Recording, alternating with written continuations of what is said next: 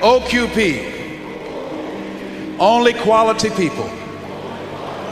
Yes, I want you to connect with at least 10 men before you leave here. Get their names, addresses, and phone numbers.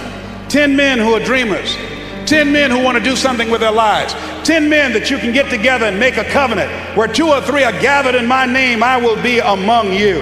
Get together with 10 men who want to develop themselves, who want to grow, who want more out of life, who see themselves in the future doing better than they have right now. 10 men who've decided that the manpower experience will not just be an emotional catharsis, but they're going to go out and live the message that they've heard preached from this pulpit up here. 10 men who've decided to get serious about their lives, to make a commitment, to commit themselves and their ways and their behaviors and their habits to achieve a better life for themselves, for their families, and the communities and the people that they care about. Attach yourself with 10 men. Why? That gives you hope when there's hope in the future. That gives you power in the present. Let me tell you what happened. Scientists did an experiment with rats, and they dropped them in water and they watched them and they timed it. And these rats swam for about 45 minutes and drowned. And then they put in another group of rats and they watched them, and just before they drowned, they took them out and they let them rest. Then they put in another group of rats, including the ones that had been in before and were saved. And the ones that were put in the second time swam an hour and a half longer than the group that had been put in there for the first time, with the hope and the expectation that they might be saved. Listen to me. The power of assembly, the power of relationships. One goose can fly 75% further in formation with other geese than it can ever fly by themselves. It's important. You find some men here who are serious. Oh, there are people who just came just to see. But there's some men here who are serious, who said, I'm going to change. I'll never be the same again. I want God to use me in a special kind of way. You want to find those men. See, there are 2 types of relationships. There are nourishing relationships and there are toxic relationships. Most people, when you leave here and you face the world and all of your negative, toxic family members and friends, it will knock the wind out of you. That's why you got to have 10 men to stay in your ear, so when you break down, and you're going to break down, when you go back to the fiery furnaces of this world and you'll forget everything you heard here, these men can stand with you. When you have your moments in the Garden of Gethsemane and you need someone to tarry with you, these men will pray with you when you find yourself getting weak and losing control. You need someone to get you anchored again. And these 10 men make this the greatest manpower conference ever because of the relationship that you're going to develop with 10 men who share your vision for a better future. Can I get your commitment on that? And let me share something. There's nothing as powerful as a made-up mind. The human will. For Nelson Mandela, you look at your dream and think they're against the odds. A man being incarcerated for 26 years, with every major government in the world supporting his government and his oppression of his people, in prison. Even Joseph's accomplishment is pale in comparison to Nelson Mandela. And to go from prisoner to president, I say there's a Nelson Mandela in everyone here in this room. And he didn't do it by himself. Jesus didn't do it by himself. He had 12 men who shared his vision. The power of the human will. Make it important to know what drives you and what's most important now. There are things that used to be important to me, they're no longer important.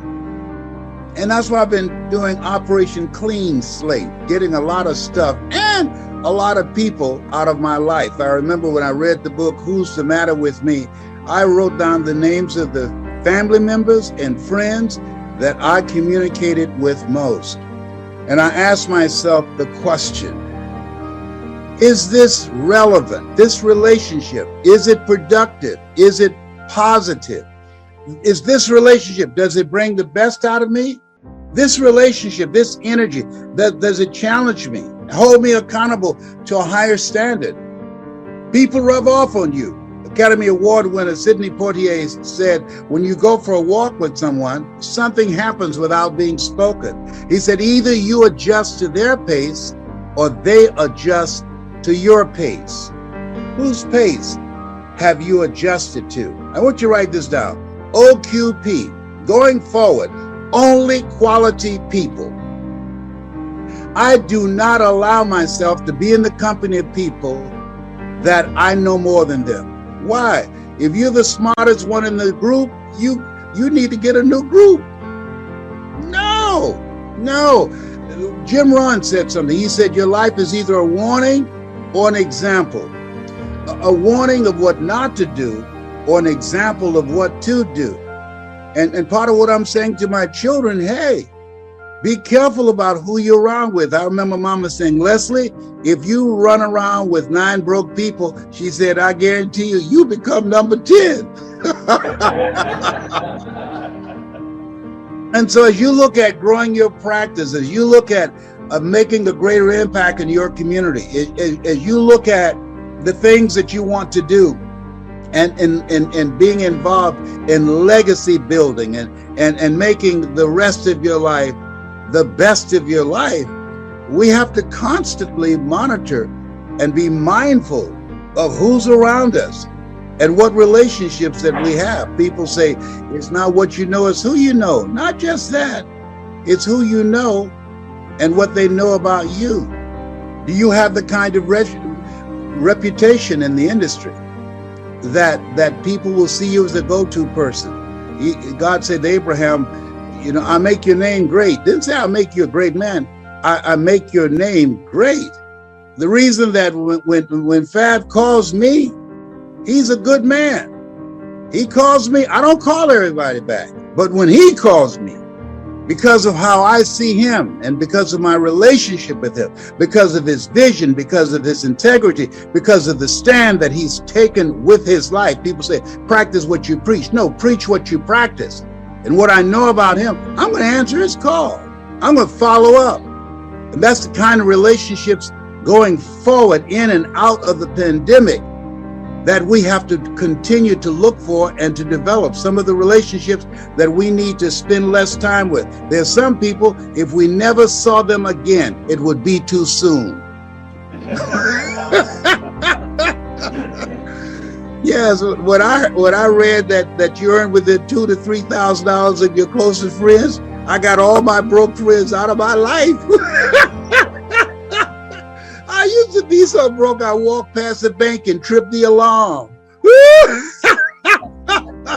And so this is the time you have to look at who's around me, who's the matter with you.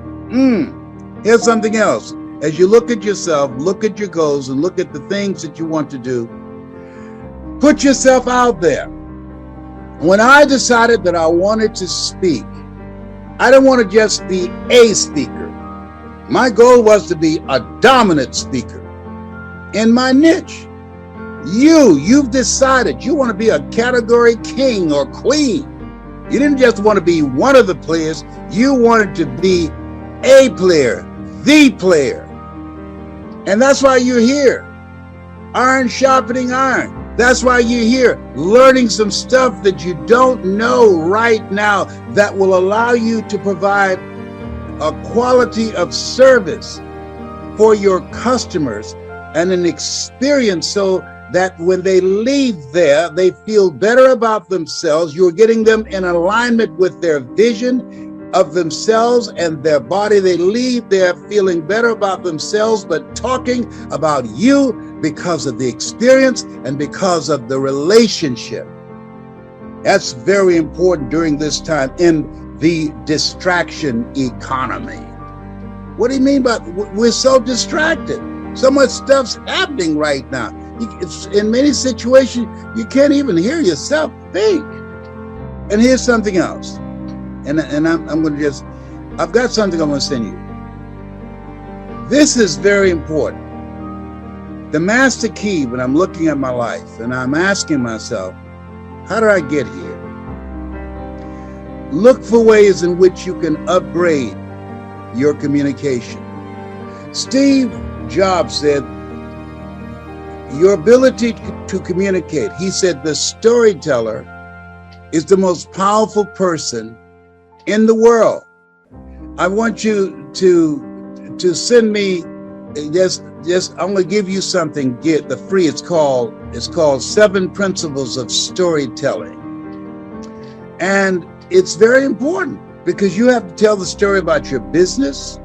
You have to tell the story about yourself and your ability to tell your story. It's today in order in this noisy world where we are, you have to be good at telling the story about yourself and about your practice and being in alignment where people are and finding out how you can communicate with them in a way that they can hear you. One of the things about your industry and most industries that a lot of people don't know, it's an ongoing process of educating people with a story that creates the thirst. People say, you could take a horse to the water, but you can't make them drink. No, but if you know how to tell a good story, you can create a thirst where they want to drink. I remember when I ran for state representative and I had been fired from radio, and people who would ordinarily supported me when I was on the microphone, they said, Les, we love you, but man, you lost the microphone, editorializing about all these controversial things. We can't support you, man, and you don't have a chance of winning. You don't have no experience, and you don't have any money to fight the party, all the media supporting your opponent. But they miss one thing. I had a story, and when I was on air as a disc jockey, I used to talk about my mother. And when I went to the radio station, my opponent had over $40,000 because his brother was the head of the treasury for the AFL-CIO, and he had the money and the influence to get more contributors to his campaign than me. I'm a novice. This is my first time in the game. I remember a friend who was trying to talk me into running for office. I said, man, I can't do that. I don't know anything about politics. And Perkins said, neither do the people who run. So he went and got some petitions signed and said, man, you should run. People love you. And here I am on Friday before the election. It was a Tuesday. The election going to be on Tuesday. And I came to the station. I had around $640. He said, what you going to do with that? I said, I'm not sure.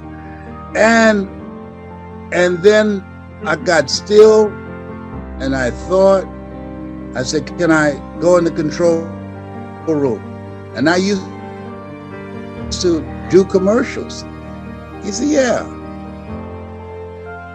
I called my mother because I used to talk about my mama all the time when I was on radio. And I said, Mama, I need you to say something for me. I'm running for state representative. She said, Leslie, what kind of mess you in now? I heard because you're a big mouth, they fired you. I said, Mama, I just need you to say something for me. I ain't got time for this mess, boy. I said, Mama, I'll send you $500. I did Western Union. She said, okay, you better send me my damn money. I said, okay, Mama, I'm going to record you, but you don't have to talk long. And I played a song by Aretha Franklin called Holy, Holy, Holy, Come Together People. And then I had her say something. She said, hello, this is Mrs. Mamie Brown. When I raised my boys to be good boys. And when they got out of hand, I beat their behinds. Please vote for my son. He's a good boy. John Glenn called me, Senator John Glenn. He said, man, you call your mama on this dude, you gonna win this. And I did. I got 26,000 votes to his 3,000 votes, because people said when they went into the vote, say, I'm voting for Les Brown because his mama said he's a good boy. So being able to tell your story now, to be so good at it that you can't be ignored, to attract more customers, to get referrals, to create the kind of experience that people trust you, that people believe in you, that people feel a connection with you. Because no matter what you're doing and who you're talking to, when you go out in your community and speak to people, they're asking 3 questions. Who are you? What do you have? And why should I care? And so when you know how to tell your story, oh, the possibilities of what you can do and the impact that you can make and the reputation that you develop where people are seek you out and the word goes out. It's major. It's major. So I'd like to leave this with you, and I'm open for questions. If you want a thing bad enough to go out and fight for it, to work day and night for it, to give up your time, your peace, and sleep for it.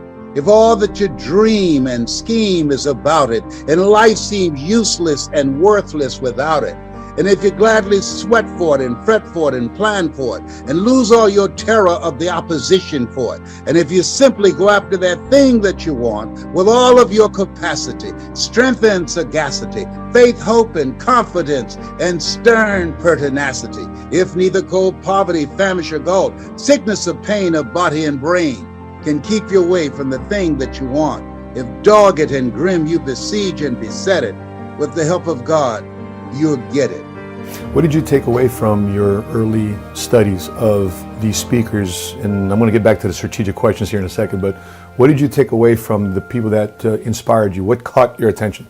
What caught me is that, one, you can transform people's lives and you don't know them. Complete strangers, based upon how you put your presentation together and them seeing you in a light that they feel comfortable letting you into their minds, and you can take them to a place in themselves that they can't go by themselves, because you can't read the label if you're locked in the box.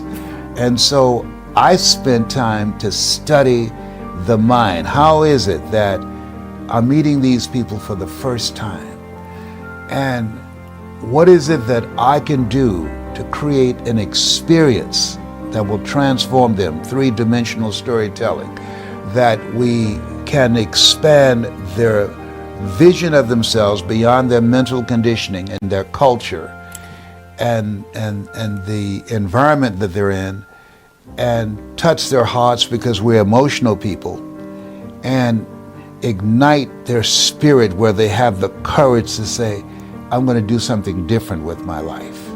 That's to me is the most important things that we can do, because people are asking when they hear you speak, one-on-one, small groups, or large groups, who are you? What do you have? And why should I care? And so in the course of the presentation, when you address those things so that people feel comfortable, they trust you, they're willing to be transparent and allow you to come into their lives and speak to them and help them to begin to learn techniques and strategies on how to make the rest of their lives the best of their lives.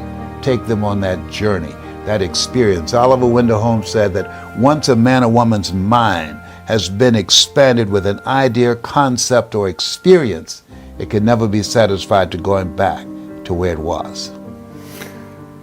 When you think about the audience that you're talking to really understand them, what are those, if you were to boil it down to maybe 3, 4, maybe 5 questions that you ask to really get to know that audience so you can deliver that, what's some of the questions you should ask from every audience before you speak to them? When you look at yourself, look at the industry, look at where you're going and the goals that you want to achieve, and hopefully they're far beyond what you achieved last year. What radical change must you make in your culture, in your mindset, individually and collectively, and how you're showing up in your industry, because people don't live life as it is. They live life as they are.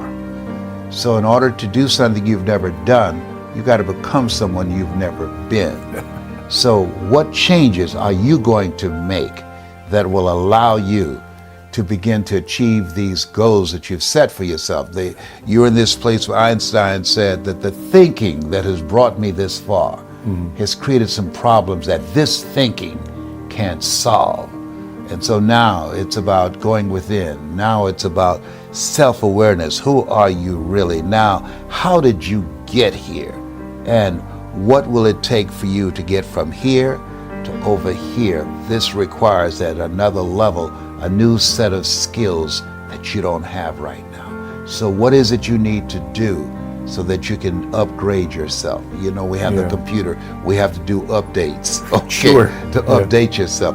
Robert Schuller said, we either expand or we are expendable. I want to ask you, if you've ever heard my voice and it made a difference in your life, I want to see some thumbs. I know many of you have not heard me speak, but some of you have.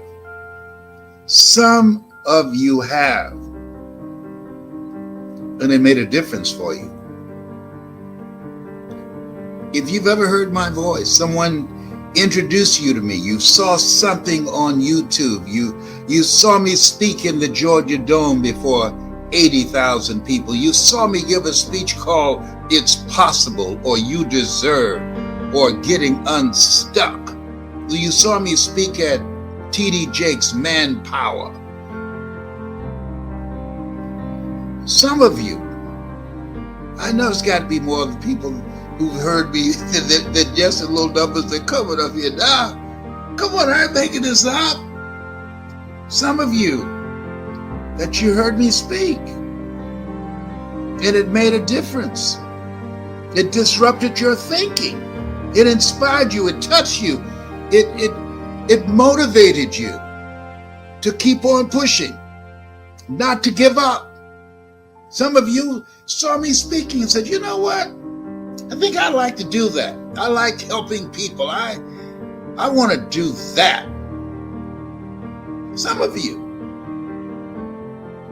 Because when I came out the box, there was nobody that looked like me when I came out, because I was the only fly in the glass of milk. I remember when I sent off to the company that had this infomercial with Tony Robbins, and they said, Mr. Brown, you got an inspiring story, but you black. I said, thank you very much for telling me. I never would have known that if you hadn't told me. So I knew then that Tony had the complexion of connection. I had the complexion of rejection. But I didn't let that stop me. I said, I'll see you from the top. Come on, somebody. Yeah.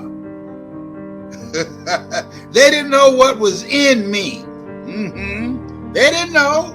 No, I don't have no PhD and MBA. Yes, they labeled me educable, mentally retarded, but they didn't know about that Dorothy Bell and Beulah Rucker gene. They didn't know about that. They didn't know about that Mamie Brown influence and impact of being unstoppable, of making a way out of no way. They didn't know what God had chosen for me. He said, I'll be your infomercial. Come on. It ain't gonna cost you millions of dollars. All you need to do is do my work. See, life is God's gift to us, and how we live our lives is our gift to God. And if you want to make your life a gift even more than what you've done thus far, I want you to go to lesbrown.com. Those of you that do it today, that sign up today, I got something for you. I'm going to send you some material that you can't get online, and I'm going to give you some personal time with me, because what came to my mind, he said, feed my sheep. People People need to be fed now. Hope, love, initiative, ambition, drive, hunger. Yeah. Some of you can hear me in your heart. Some of you know what I'm talking about. And I'm looking to build a community, global community of people who want to make a difference, people who want to leave a legacy, people who want to build a dynasty, people who want to live a life of impact. Yes, I'm back in Miami.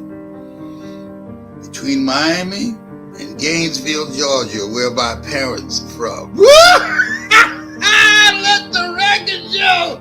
And live in the city. I'm going to Overtown this afternoon when it gets a little cooler. Take some pictures. But you know, I'm sure there's some people saying, I can't believe Leslie left here many years ago. I don't even know how many years it's been. And look what he's done with his life. What he was teaching our children. Look what he's done with his life, the youth program that they stopped him from doing. Teaching our kids how to become successful. And he turned down $100,000, said, no, I don't need your money. I'm going to go and using what I was teaching our kids, I will demonstrate with my life. I'm going to earn $1 million in 5 years. Now he did it in 3. Come on now. And I still got the fire in my belly. Some of those kids got my name on them. Yeah. No, I'm not going to give them up to all of this insanity that's out here now. No, some of these pants going to be pulled up.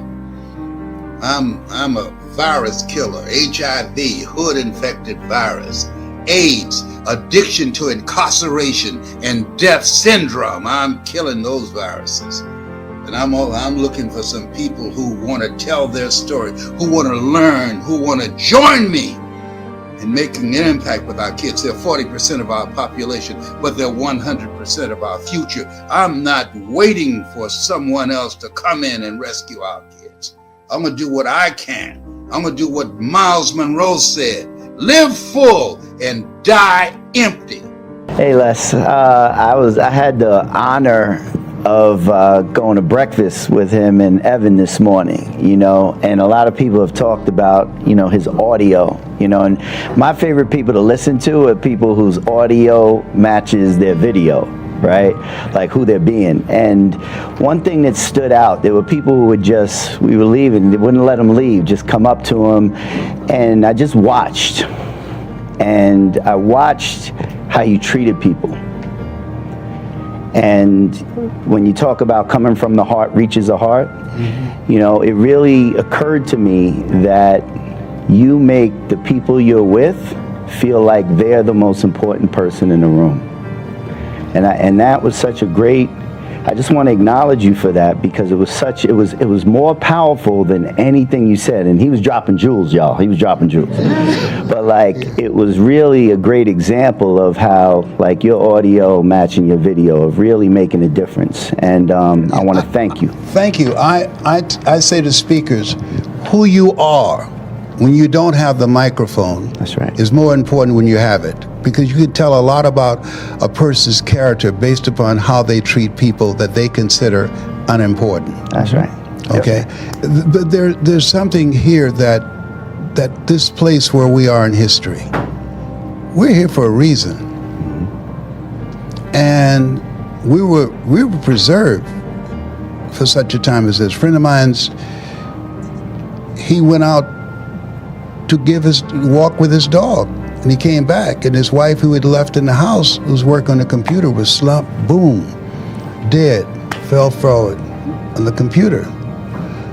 So there are things that many times we take for granted. We're still here. And I believe that you were chosen. As much as you have chosen this work, You were chosen for this work. There's some of you that there are people in your world, they really don't know you, even though they might be family or close. There's a story in the Bible where they said Jesus came to town, and this lady who was physically afflicted, she said, "Lord, have mercy on me." And the next line said, he saw her. There's some people, when you have a big dream, they don't see you. They can't see you doing that.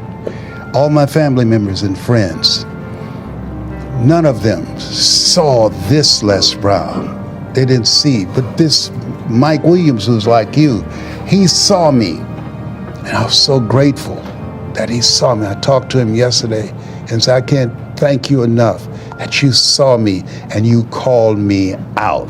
And I say to you, those of you that are here, things don't just happen. They happen just. I'm just telling you what I know. I'm 78 years old. I've been on the planet, 78 years young. I've been on the planet for a long time. You have a calling.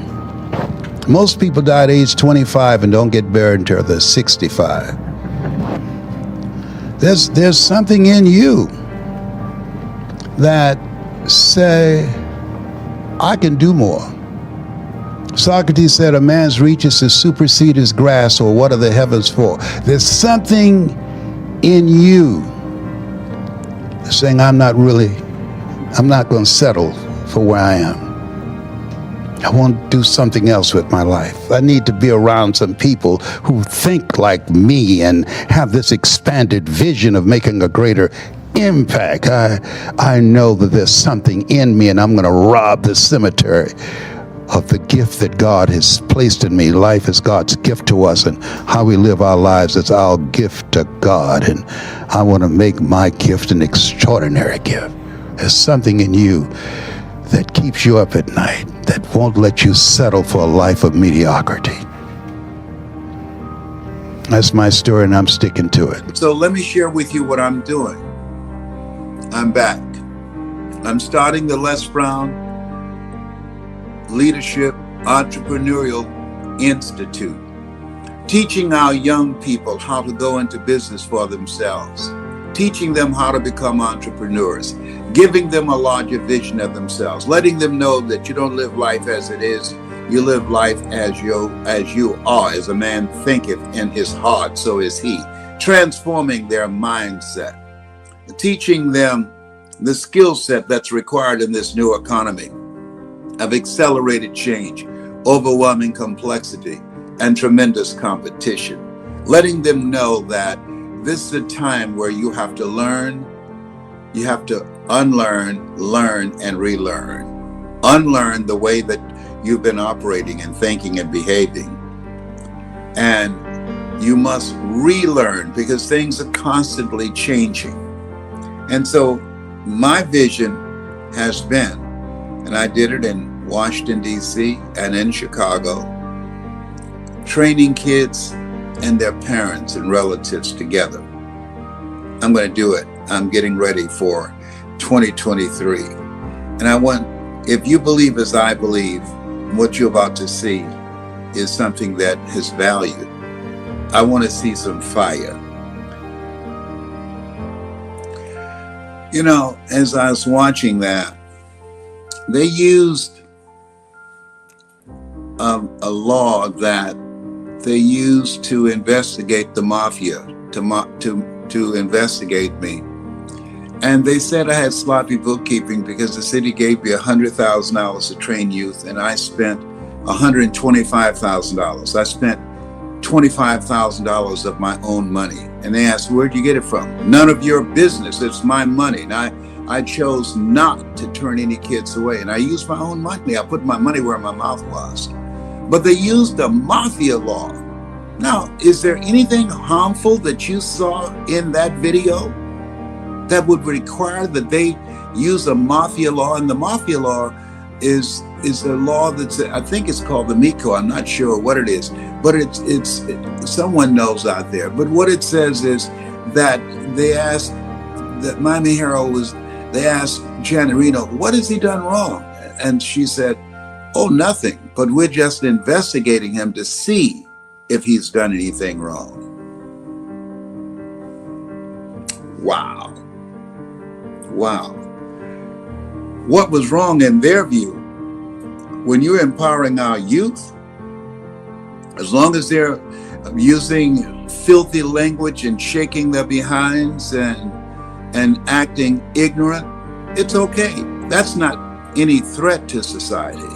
But when they have goals and dreams and visions of themselves in the future, and when they're articulate and can express themselves, now that's a threat. Now the person, whoever's doing that, that's a threat. We need to investigate him. And that's what they did to me. And I thanked them for it. Because had they not done that, I would not have left Miami and became the person who I am now. They meant it for evil. God meant it for good. Look at it.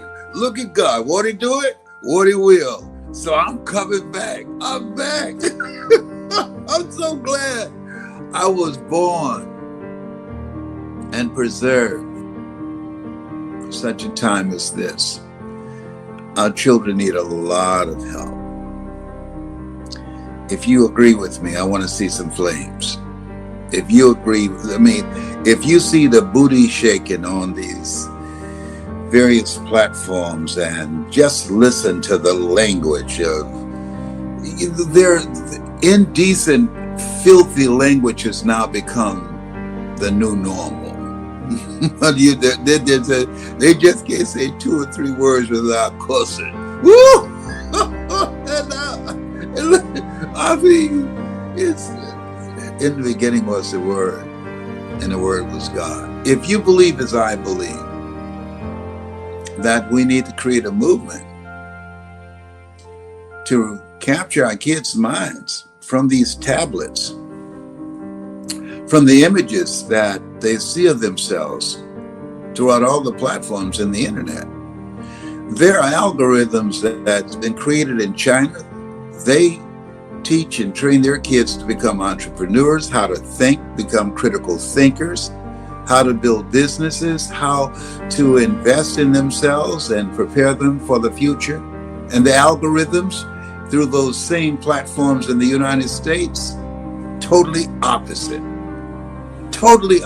corrupt their thinking, negative images, a blurred vision, no sense of purpose and direction.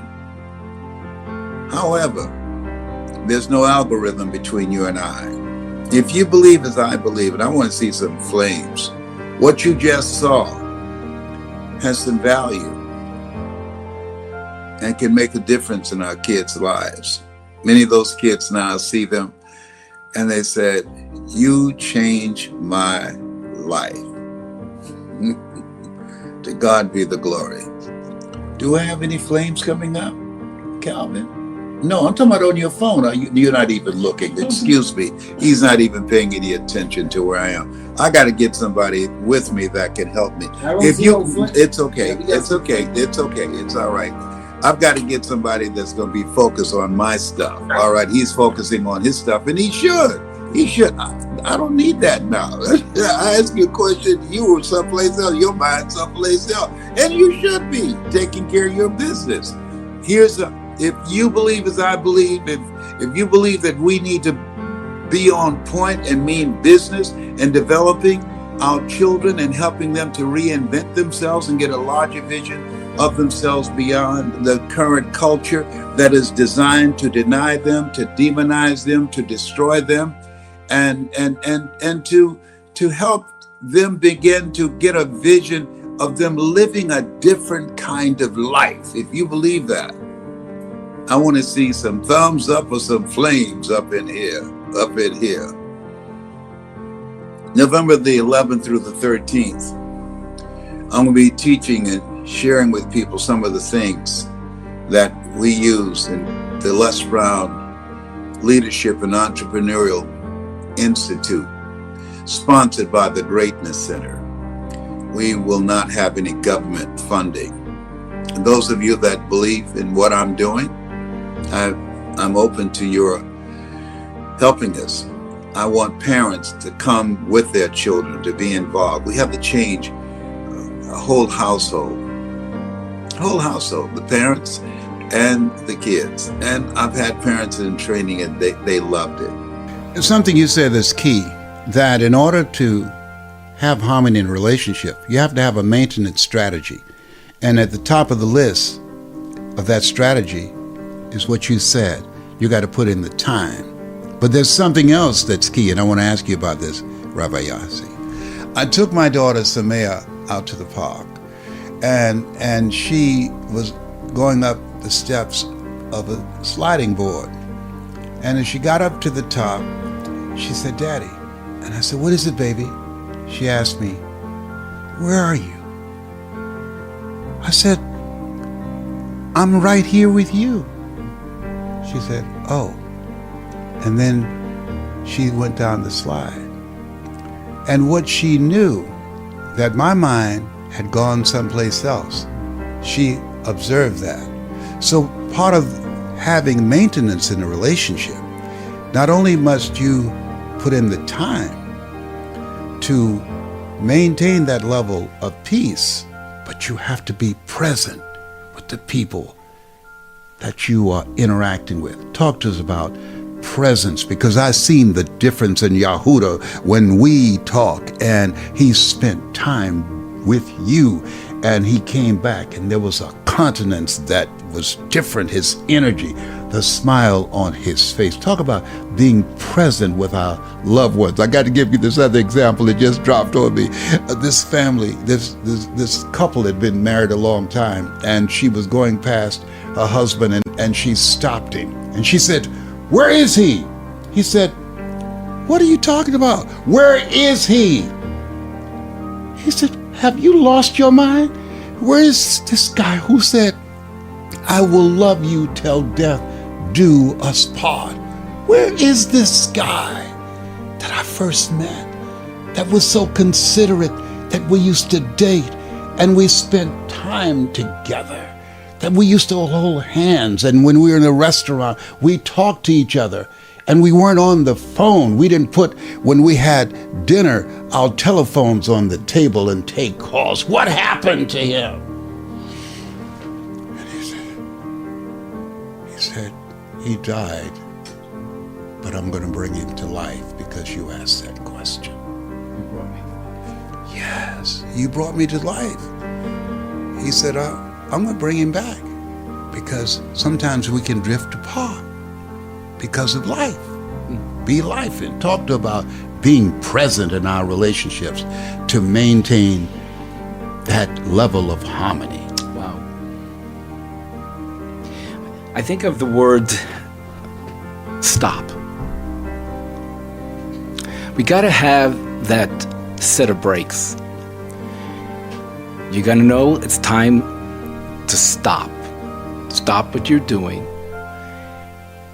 and pay attention to what is happening now, especially if another human being is talking to you. So we're all on the constant go, go, go, faster and faster and faster. But I would put up the stop sign before we even talk about peace. Before the word peace, I would say stop. Stop everything. What are you talking about? Stop. Stop the chatter. Stop the conversation. Stop the story. Stop everything. Oh, stop. And so that sometimes takes discipline. When was the last time you used your brakes? When was the last time you said no? See, that's a way how to use your brakes. You say no to yourself. When was the last time you said no to yourself? It's easy to say no to other people. So we're not using our brakes to learn, to practice the stop and go motion. So that allows you to stop, focus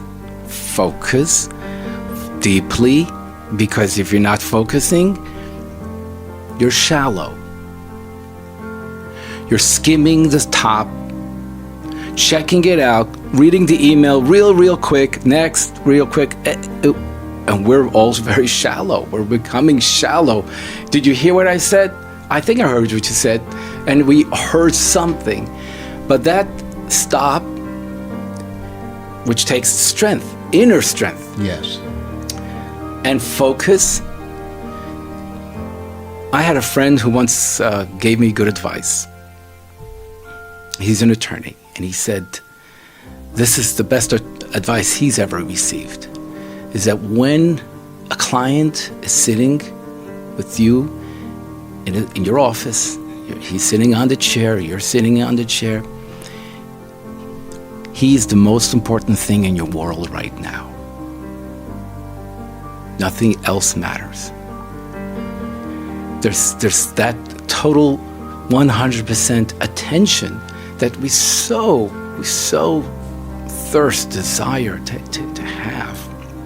So, Les, we're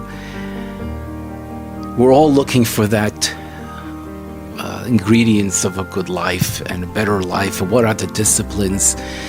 Focusing when somebody else is speaking.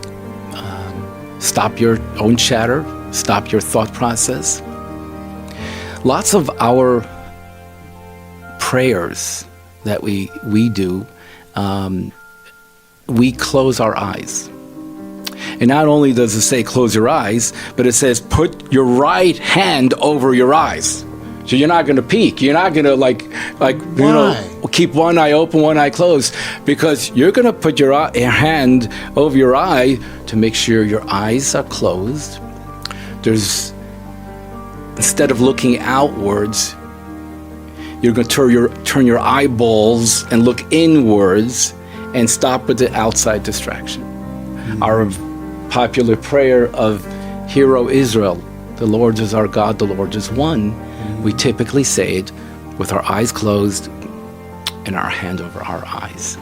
And I think that is a form of focus.